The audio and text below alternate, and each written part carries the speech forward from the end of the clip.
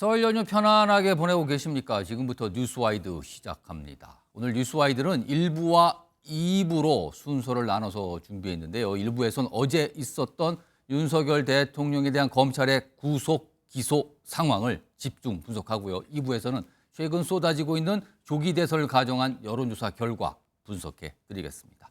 자, 우선 1부에서는 3명과 함께 합니다. 자, 송영훈 전 국민의힘 대변인 나와 계시고요. 이동학 전 민주당 최고위원, 이경윤 변호사 자리하고 계십니다. 안녕하십니까? 안녕하세요. 자, 계엄 사태 54일 만인 어제입니다. 윤석열 대통령 구속 기소가 됐죠. 헌정사 따져보면 사상 처음으로 현직 대통령이 구속 기소 재판에 넘겨진 겁니다. 자, 이 상황 어제 검찰이 구속 기소의 이유를 좀 밝혔습니다. 몇 가지 내용이 좀 있는데요. 화면으로 좀 정리해 보겠습니다. 그 내용 보시죠. 몇 가지 내용 보시면요.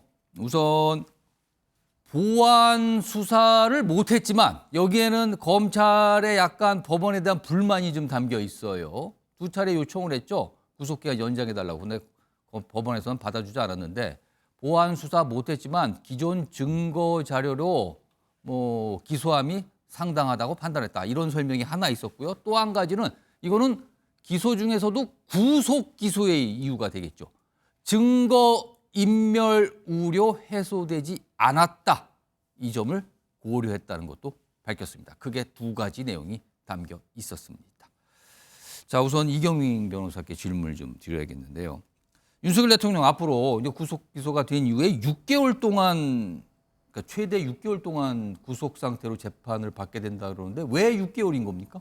형사법에 보면 이제 구속된 피고인이 재판을 받을 때 2개월 동안 구속을 한다라고 되어 있고요. 예. 그리고 2번에 걸쳐서 갱신을 할 수가 있습니다. 그렇게 되면 이제 최장 6개월이 되는 것이고, 예. 그래서 구속된 상태에서 재판받는 걸 가정을 하게 되면 법적으로 이제 6개월이 최대이기 때문에 예. 그 상태에서 1월 지금 말 정도니까 기준으로 이제 계산을 해본다면 한 7월 말 정도에 빠르게 되면 이제 구속된 상태에서 1심 판결이 선고가 된다면 7월 말 정도로 예상을 할 수가 있다. 6개월까지라는 걸 감안해보면 7월 정도에는 1심의 결과가 나올 수 있다 이렇게 보시는 겁니까? 그렇습니다. 근데 만약에 이제 재판이 진행되는 과정에서 조금 이제 늘어지게 되는 그런 상황이 생긴다라고 하면 예.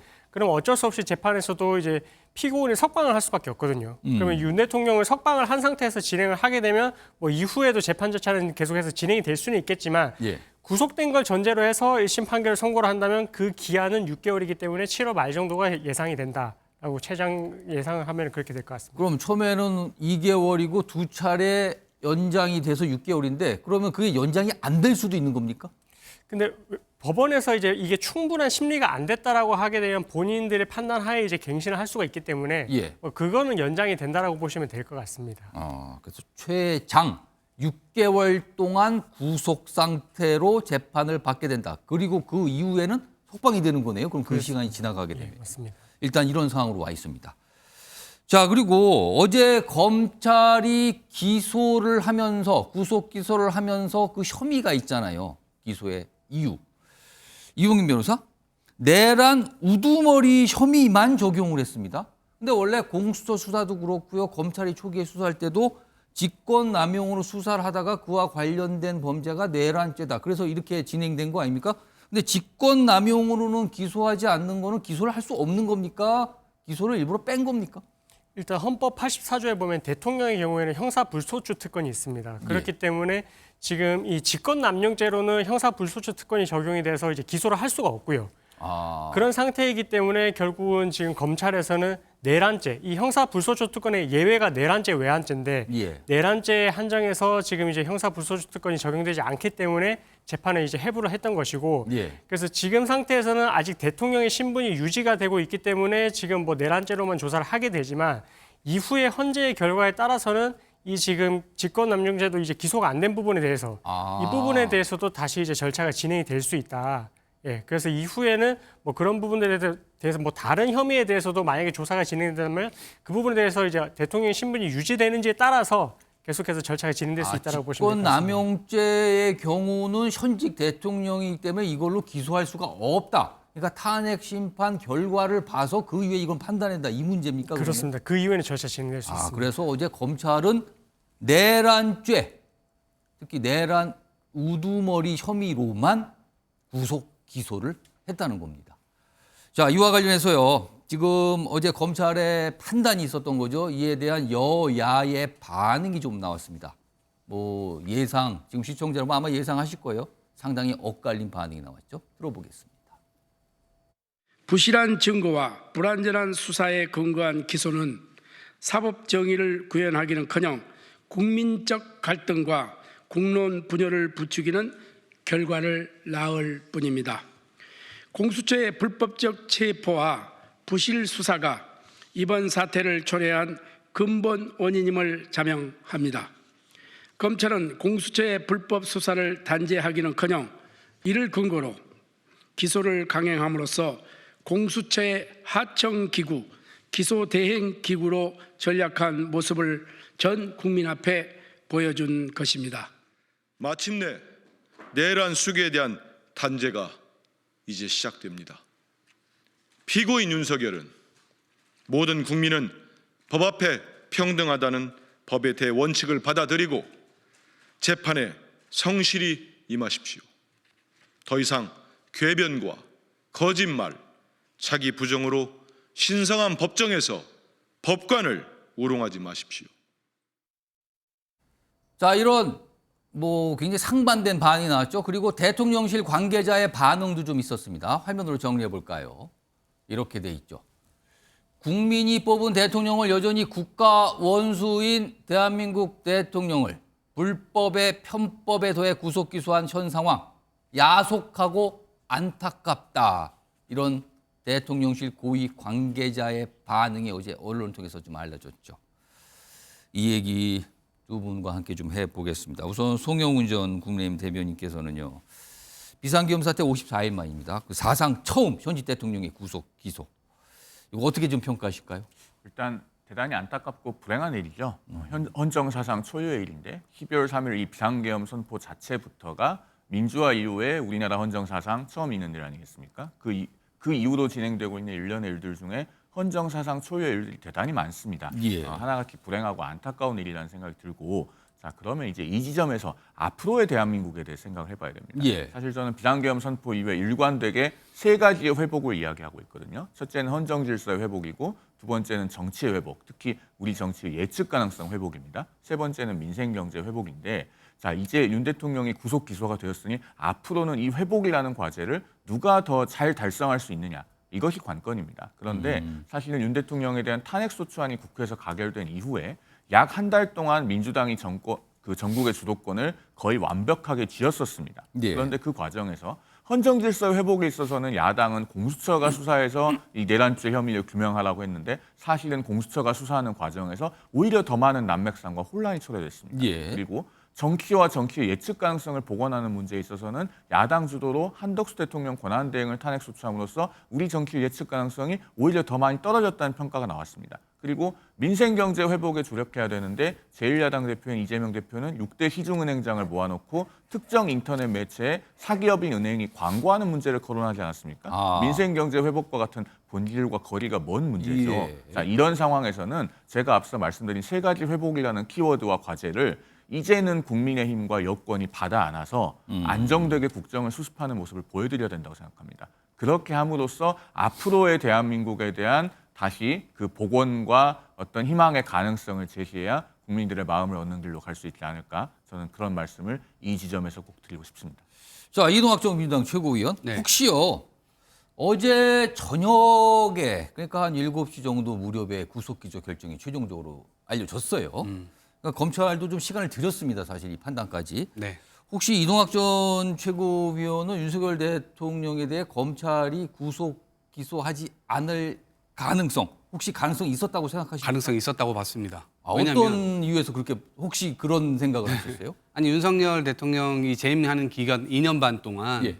김건희 여사에 대해서 들이댔던 잣대가 법의 잣대가 굉장히 물렁물렁했잖아요. 그러니까 그런 걸 놓고 보면 이 검찰이 여전히 무소불위의 권력을 휘두르고 아직까지 사법 체제도 인정도 안 하고 있는 그런 대통령을 상대로 해서 과연 저 법 집행을 엄정하게 할 수 있을까? 그것에 대한 의심이 좀 있었습니다. 예. 그럼에도 불구하고 어쨌든 이 검찰은 기소를 했는데요. 예. 저는 이제 여러 가지 과제가 남았다고 봐요. 이번 과정을 통해서 윤석열 대통령이 스스로 정의, 공정, 상식, 법치 이런 것들을 강조했던 유달리 그런 걸 강조했던 대통령임에도 불구하고 마지막에 잡혀가기 싫어서 구질구질한 모습을 계속해서 보여오지 않았습니까? 예. 또 하나 헌법재판소나 지금 계속해서 이야기하고 있는 것이 자신의 극우 지지층들을 계속해서 도발시키는 그런 작업들을 계속 하고 있거든요. 예컨대 이 우리나라의 선거가 부정선거다. 예. 이런 얘기를 계속 하고 있고요. 스스로가 이 사법 체계에 대해서 부정하다. 그리고 불법하다. 이렇게 오히려 덮어 씌우고 있는 상황이거든요. 그래서 지금 국민의힘을 통해서 오히려 구구파들의 목소리가 지금 뭔가 주류로 지금 오고 있는 과정이에요. 그래서 지금 이 54일의 과정 동안 대통령을 통해서 또 국힘을 통해서 구구파들의 이야기가 지금 우리나라의 중심으로 오고 있는 이 과정이기 때문에 이것은 사법 체계가 무너질 수 있고 민주주의가 무너질 수 있다는 것을 의미하기 때문에 이 부분을 과연 어떻게 해서 막아낼 수 있느냐 또 다른 과제가 주어지는 54일이었다. 저는 이렇게 평가를 합니다. 자, 이경민 변호사. 어제 검찰이 구속 기소하면서 이제 공소장이 만들어진 거잖아요. 그걸 법원에 제출한 상태니까요. 그런데 지금 보면은 윤석열 대통령의 직접 진술이 없는 상태로 기소가 된 거예요. 다른 표현으로 말씀드리면 공소장에 윤석열 대통령의 진술 부분은 공백인 상태로 지금 재판에 붙여지게 되는 겁니다. 이게 향후에 열리게 될 재판에서 이 부분 상당한 부담이 될까요? 어떻게 좀 판단하십니까? 근데 뭐 보안 수사를 사실 하기 위한 취지에서 법원에 이제 수사기간 연장 신청을 했다가 이제 불허가 떨어졌는데 예. 일단 그 이후에 지금 검찰에서 내놓은 입장은 본인들이 이제 가지고 있는 뭐 공범들의 이런 자료만으로도 충분하다. 예. 그렇기 때문에 이제 기소에 붙이는 데 있어서도 뭐 무리가 없다 이렇게 이야기를 했는데 지금 이제 나오는 내용들을 봤을 때는 일단 군 수뇌부의 진술들은 어느 정도 이제 확보가 되어 있는 상태이고 예. 그리고 이 수뇌부들의 진술과 어쨌든 이제 윤 대통령의 진술을 이제 비교를 해서 이런 신빙성 여부를 따지게 되는데 예. 아마 이 수뇌부들의 진술 내용들이 어느 정도 이제 윤 대통령이 어떻게까지 가담을 했고 어떤 지시를 했고 이런 부분들에 대한 내용들이 구체적으로 나와 있다 보니 예. 이것만으로도 충분히 기소를 했을 때 이거는 이제 충분히 뭐 신빙성 있는 내용으로 갈 수 있을 것 같다라고 판단한 것 같고 보통 이런 진술들이 나오게 되면 이 증언을 하는 사람들이 이게 진술의 신빙성 있는지 여부를 따져보게 되는데 예. 어떤 유불리가 있는지를 따지게 되거든요. 그럼 여기서 뭐 본인들이 만약에 책임을 회피하기 위해서 다른 사람의 책임으로 돌리는 그런 내용들이 있는지나 예. 아니면 본인이 지금 이 상황에서 이런 진술을 하고 있는 것이 과연 정말로 구체적으로 경험한 내용이 사실에 부합하는지 이런 부분들을 판단을 하게 되는데 그런 내용이 어느 정도 신빙성이 있다라고 지금 수사기관에서는 판단을 했기 때문에 예. 지금 뭐 윤 대통령의 진술이 없다 하더라도 이 정도로는 혐의를 인정하는 데 있어서 본인들이 봤을 때는 부족함이 없다라고 판단해서 이렇게 기소까지 간 게 아닌가 이렇게 추측이 됩니다. 자, 송영훈 전 대변인도 법조인이시니까 뭐 비슷한 취지의 제가 질문을 좀 드릴게요. 지금 어제 검찰이 기소를 하면서 그 자료에 대한 언급도 좀 자세히 했어요. 그러니까 공수처 쪽에서 마련된 자료, 그다음에 경찰 쪽 자료, 그리고 검찰이 자체적으로 이 이른바 이제 공범에 대해서 수사한 자료 이런 것까지 포함해서 넘겼다라고 했는데 그러나도 아까도 말씀드렸지만 공소장상의 윤석열 대통령의 진술은 공백 상태입니다. 이거는 재판에서 좀 어떤 영향을 줄까요? 저는 궁극적으로는 큰 영향은 없을 걸로 봅니다. 그냥 사건 자체를 객관적인 시선에서 봤을 때, 예. 법률가의 시선에서 봤을 때는 그렇게 보여요. 왜냐하면은 우리가 이제 내란죄라고 하는 것은 형법상 용어로 집합범이라고 합니다.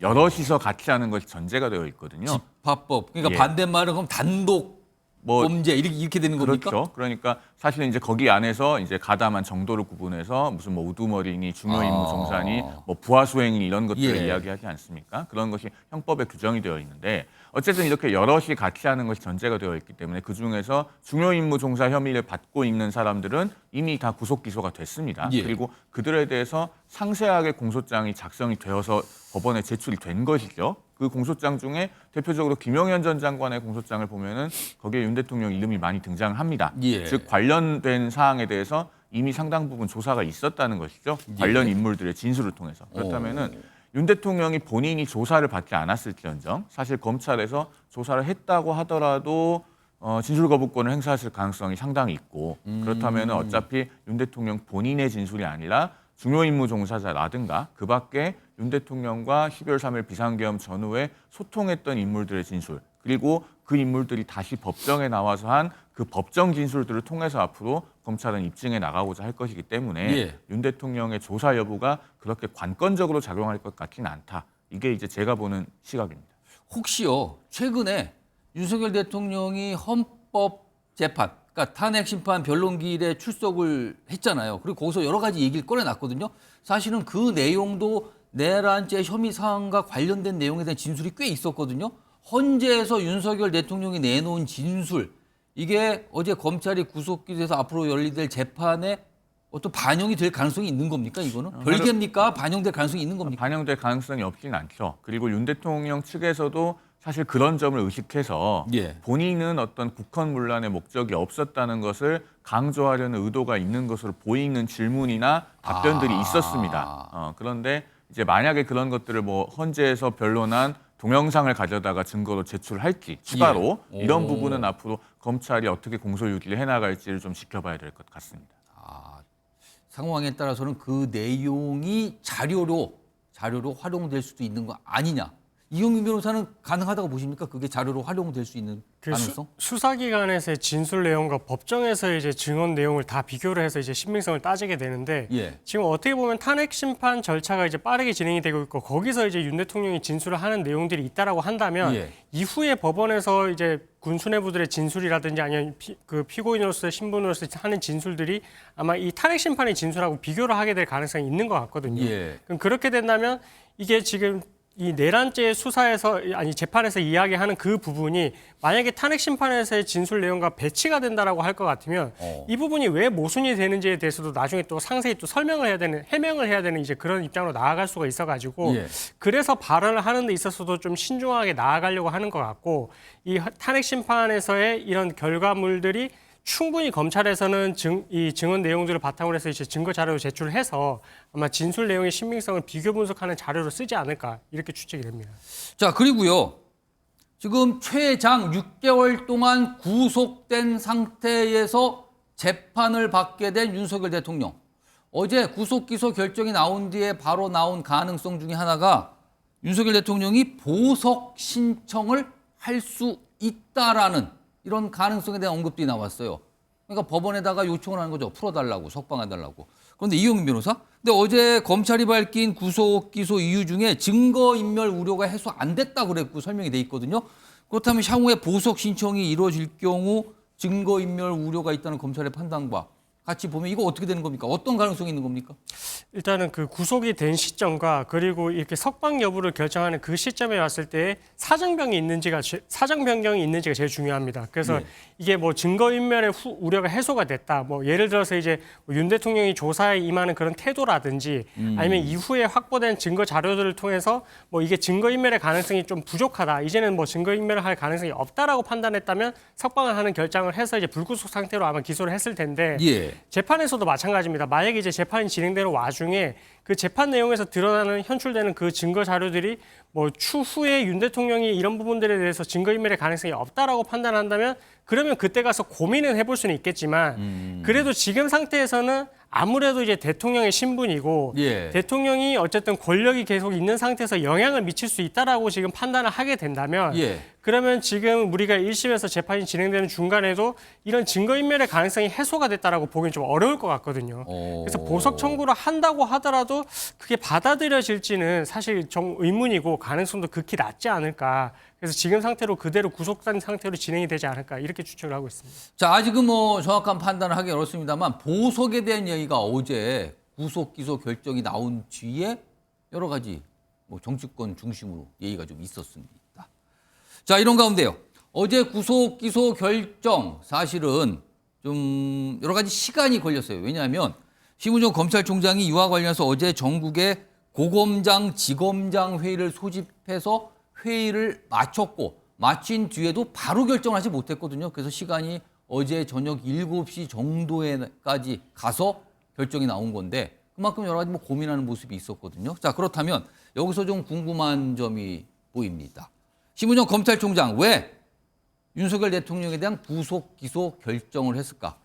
검찰총장에게 정권을 위임했다, 결정권을 위임했다 이런 설명까지 나왔었거든요. 3가지 정도 지금 추정이 되는 겁니다. 일단 검찰총장이 왜 구속 기소 결정했을까?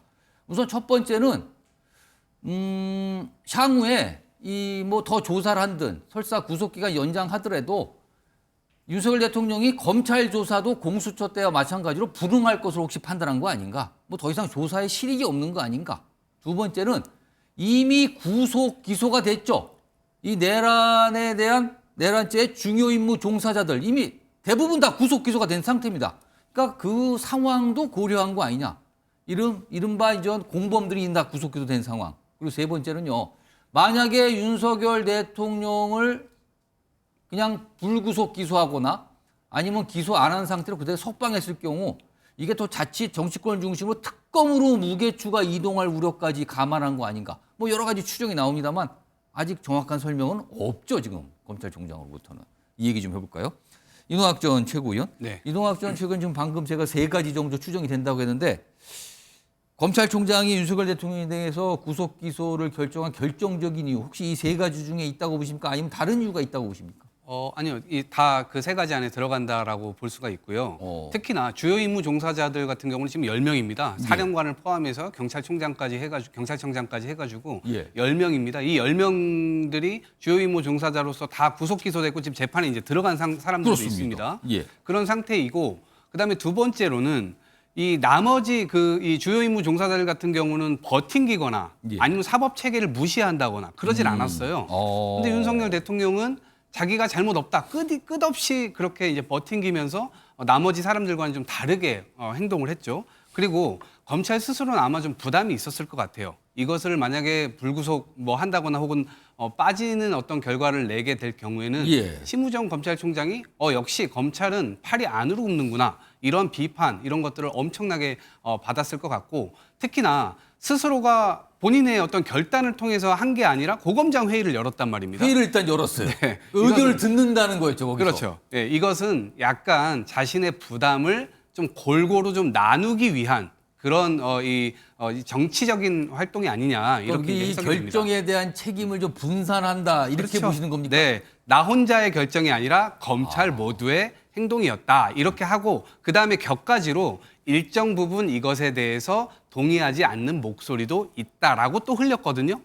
네, 그러니까 그런 부분에서는 약간 그런 위험 스스로가 지어야 될 어떤 위험을 좀 분산시킨 거 아니냐 이런 생각이 듭니다. 송영훈 전 대변인께서 보시기에는 검찰총장이 윤석열 대통령에 대한 구속 기소 결정을 했거든요. 그리고 나서 이제 이 진행이 된 건데 결정적인 이유는 어디에 있었다고 보십니까? 글쎄요. 앞서 1, 2, 3번이 꼭 다 들어맞는 정답은 아닌데 제가 예. 봤을 때는 검찰이 원칙상 뭐 당연한 결정을 한 것이다 이렇게 보여지는 측면이 있습니다. 왜냐하면은 자 구속영장에 의한 구속기한을 연장을 법원에 신청했잖아요. 예. 그것의 기본적인 전제는 2가지입니다. 첫째, 범죄 혐의가 어느 정도 소명이 된다. 그래서 계속 수사를 할 필요성이 있는데 그 계속 수사를 하는 것을 구속 수사를 할 필요성이 있다. 즉 증거인멸의 염려라든가 예. 뭐 이런 것들이 아직 남아 있다는 것이 전제가 돼야 되는 건데요. 자 어쨌든 법원이 기각을 했지만 검찰 입장에서는 그 2가지를 일관되게 또 2번에 걸친 신청해서 주장을 한 것 아니겠습니까? 예. 그러면은 그 후에 뒤따르는 결정도 역시나 논리적으로 일관될 필요가 있어요. 범죄 혐의가 상당히 소명이 된다는 입장이고 더더군다나 검찰에서 그 전에 밝히기로는 공수처에서 수사 자료를 보내도 우리는 그 자료를 안 쓸 거다. 라고까지 얘기를 했습니다. 즉 예. 검찰은 어느 정도 증거가 충분히 수립됐다는 입장이었어요. 그러면 기소를 해야죠. 그 상황에서 자, 구속이 계속 유지되어야 된다고 법원에 일관되게 주장을 했는데 석방을 하기는 곤란하지 않겠습니까? 예. 그렇게 해서 나온 결정이 구속 기소라고 보여지고 앞서 그래픽에 나왔던 3가지 중에서는 3가지 이유 다시 예. 한번 볼까요? 3가지 중에서는 그래도 제가 봤을 때는 2번이 검찰의 고려사항이지 않았겠는가. 2번 그러니까 그렇습니다. 종사자들. 그렇습니다. 10명이 구속 기소가 됐는데 그러면은 이른바 우두머리 혐의를 받는 윤 대통령에 대해서만 불구속으로 기소한다는 것은 조금 맞지 않지 않느냐. 그러니까 내란 중요 임무 종사자들은 이미 다 전원 다 구속 기소가 됐는데 우두머리에 대해서 우두머리 혐의를 받고 있는데 구속 기소 안 한다. 이거는 좀 뭔가 안 맞는다 이 뜻입니까? 그런 의견이 아마 개진되지 않았을까 하는 게 제 추론입니다. 알겠습니다. 어제 시간이 좀 걸렸어요, 사실이요. 이런 가운데 지금 이제 뭐 어떤 구속 기소까지 갔으니까 수사 사항이 이제 지나갔어요. 그러나 이 지금까지의 수사 상황, 뭐 처음에는 검찰, 경찰, 공수처가 동시에 수사가 진행이 되다가 공수처로 수렴이 됐죠. 그리고 그 위에 여러 가지 모습이 있었는데 그 과정에 여러 가지 혼란스러운 모습도 분명히 나타났습니다. 이걸 두고 과거 문재인 정부 때 이뤄졌던 검경 수사권 조정과 공수처 출범 이 자체가 졸속으로 이뤄진 거 아니냐 이런 지적 참으로 많이 나왔습니다. 지금도 여전히 그런 얘기가 있어요. 자, 이 얘기 좀 지금부터 해보죠. 이것도 송영훈 전 대변인하고 이동학 전 최고위원 두 분께 좀 질문을 드릴 텐데요. 정부의 문재인 정부 당시 수사권 조정의 문제점이 이번에 다시 한번 고스란히 드러났다. 이게 향후의 재판 과정에서도 계속 논란과 문제 소지가 있다고 보십니까 지금? 그렇죠. 매우 논란의 소지가 많은 것이요. 자, 이번에 2번에 걸쳐서 서울중앙지법에서 검찰의 구속기한 연장 신청을 불허했는데 예. 1차 불허와 2차 불허가 사유가 약간 다르다고 지금 언론을 통해서 알려지고 있지 않습니까? 그래요? 그러니까 뭐 한 언론의 보도이니까 이건 정확하게 좀 확인을 예. 해봐야겠습니다만 1차 불허 결정 때는 공수처가 공수처법 26조 1항에 따라서 검찰에 송부한 사건은 검사가 더 이상 보안 수사를 할 수가 없고 기소 여부만 결정해서 기소하든가 말든가 해야 된다는 취지다. 공수처 수사를 다 했으니 그렇죠. 검찰은 기소만 판단해라. 그게 예. 지금 중앙지법의 1차 결정이었던 것으로 알려지고 있는데 첫 번째 연장을 받아주지 않았을 때 나온 이유. 그렇습니다. 예. 그런데 2차 불허 결정에서는 그 보안 수사권이 없는 것은 아니고 예. 다만 계속 구속 수사를 할 필요성이 의문시된다. 이런 취지의 결정이었다고 알려지고 있어요. 자, 그렇다면은 자, 이 결정문이 다 공개되지 않았기 때문에 일단은 그런 얘기가 있다. 그렇습니다. 지금. 예. 변호사들도 정확하게 본 적이 없기는 한데 예. 자, 만약에 그렇다고 한다면 여전히 우리 수사 체계상 그러면 공수처가 수사를 마치고 다만 기소권은 없어서 검찰에 송부한 사건은 계속 보안 수사를 할 수 있는 거냐 없는 거냐 논란의 영역에 빠져 있는 겁니다. 자, 이렇게 구멍이 많은 사법 체계를 사실은 수사 체계를 민주당이 만든 거예요. 2020년에 공수처를 만들 때 당시에 국민의힘의 전신인 자유한국당은 일관되게 반대했습니다. 이렇게 족보도 없는 수사기관은 필요하지 않다. 그 후과가 지금 5년이 지나서 나타나고 있는 겁니다. 이동학 전 최고위원은 어떻게 보세요? 이게 계속 논란이 됐었어요. 이 수사권 문제, 그러니까 내란죄 수사권이 있느냐 없느냐 봐서 여전히 계속 논란이고 윤석열 대통령 측에서는 그 내용에 대해서 계속 문제 제기를 해오고 지금도 하고 있어요. 이거 어떻게 봐야 되는 겁니까? 그러니까 이게 공수처라고 하는 게 지금 약간 계륵 비슷하게 되어버렸습니다. 왜냐하면 처음부터 이게 완벽한 지금 이 기관을 세워둔 것이 아니고 예. 이 사사건건 국민의힘에서 계속해서 반대를 하면서 사실상 하고자 하는 완성된 모습으로 이것이 제대로 된 이 기관으로서의 역할을 못하게 지금 되어 있습니다. 예. 특히나 처음 출범할 때 검사 50명, 그다음에 뭐 수사관 250명 쭉 해가지고 굉장히 수백 명 단위의 규모로 이걸 하려고 했는데 결국 그대로 못하고 지금 검사 20명도 채 안 되는 기관으로서 운영이 되고 있고 또 특히나 검사에 대한 임명권이 대통령에게 있었기 때문에 예. 대통령이 차일피일 미루면서 검사를 재임용하지도 않고 그러니까 사실상 이것이 힘이 굉장히 빠진 상태로 왔던 겁니다. 그런 측면이 하나가 있고요. 특히나 애초에 이 공수처라고 하는 것은 검찰, 견제받지 않는 검찰이나 고위공직자들을 향해서 특수한 수사들을 좀 할 수 있도록 이 권한을 만든 거잖아요. 그러니까 검찰이 그동안 특활비나 이런 것들을 자신의 뭐 전세금으로 썼는지 집 사는 데 썼는지 턱턱 수천만 원씩 그냥 가져가고 그다음에 명절 때 되면은 떡값으로 막 가져가고 이런 걸 제대로 증명하라고 하니까 증명도 제대로 안 하고 법원에 판결이 나왔음에도 불구하고 그런 것들 제대로 안 했단 말입니다. 그래서 그러한 것을 일정 부분 견제하도록 공수처를 만들어 놓은 건데 지금 미진한 개혁 상태이기 때문에 일종의 그런 계륵 상태에 지금 와 있다라고 보고 앞으로라도 그럼 이 부분 미진한 부분들을 좀 개혁하는 것들이 일단 좀 필요하다라고 생각을 하고요. 그리고 요거는 요거대로 일단락 시키는데 앞으로 그럼 계속해서 이 부분에 대해서 문제가 또 있을 겁니다. 그렇기 예. 때문에 민주당에서는 특검을 얘기하고 있는 겁니다. 공소를 유지하기 위해서 검찰이 지금 계속 하는 것보다는 아무래도 또 팔이 안으로 굽을 행동을 또 검찰이 할 수도 있지 않겠습니까? 그렇기 때문에 특검을 통해서 이 거대한 사건의 공소를 유지하는데 그리고 특히나 지금 공백 상태의 이 수사를 제대로 하지 못한 쪽이 있습니다. 이를테면 비서실. 예. 대통령 비서실을 지금 제대로 수사를 안 받고 있는 상황이거든요. 그래서 최상목 경제부총리에게 이거 쪽지 준 사람은 대통령이 아니라 옆에 있었던 행정관이라고 얘기를 했는데 그런 사람들은 지금 수사도 안 받고 있는 예, 상태예요. 그렇기 때문에 특검을 통해서 이런 이 수사의 어떤 기조나 이런 것들을 유지하는 데 굉장히 중요하다 이렇게 봅니다. 지금 이동학 전 민주당 최고위원이 얘기하셨듯이 지금 민주당 주도로 야당에서는 계속 특검을 빨리 출범시켜야 된다 이 얘기, 이 주장을 하고 있거든요. 그리고 법안은 1차적 국회를 통과해서 정부로 가 있는 상태죠. 거부권 행사 여부 아직까지 미정인 상태인데 지금 이런 상황으로 특검 얘기가 계속 나오고 있어요. 그런데 여당에서는 아니 지금 특검이 뭘 할 수 있습니까? 필요한 거 맞습니까? 라면서 비판적 입장을 내고 있죠. 여당의 목소리 들어보겠습니다. 아시다시피 특검은 중요 사건에 있어 기존 수사기관이 공정성을 기할 수 없거나 아니면 수사가 미진할 경우에 도입하는 것입니다. 40여일 동안 검찰, 경찰, 공수처까지 달려들어 경쟁적으로 수사를 해왔습니다. 이제 중요 인물인 대통령이 구속됐고 국방장관, 육군참모총장, 수방사령관, 경찰청장 등등 모든 중요 인물이 줄줄이 구속되었습니다. 한덕수 국무총리, 정진석 비서실장, 심지어 우리 당의 추경호 전 원내대표까지 수사했습니다. 이제 더 수사하고 체포할 사람이 없는데 특검으로 누굴 더 수사하겠다는 것입니까? 이용희 변호사, 현실적으로 지금 윤석열 대통령도 기소가 됐으면 재판에 넘겨졌어요. 지금 다른 인물도 다 재판에 넘겨졌고요. 이런 상태에서 만약에 특검이 출범하더라도 어떤 역할을 할 수 있는 겁니까? 그럼 특검은? 그러니까 지금 특검이 어느 범위까지 수사를 하는지가 중요할 것 같고요.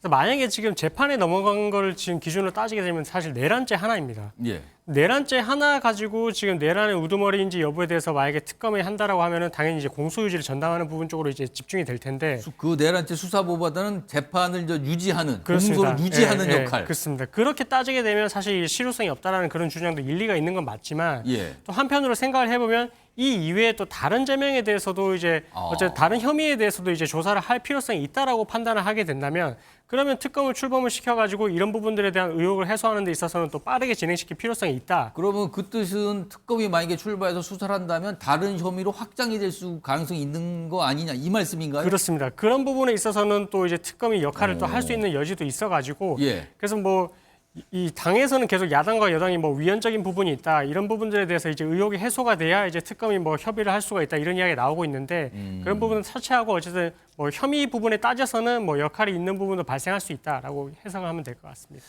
자, 일단 이 내란 특검법안 지금 국회 본회의 통과해서 정부로 가 있어요. 최상목 대통령 권한대행이 과연 이것을 거부권 행사할 것인가 말 것인가 이걸 좀 판단해야 되는 상황이 나와 있거든요.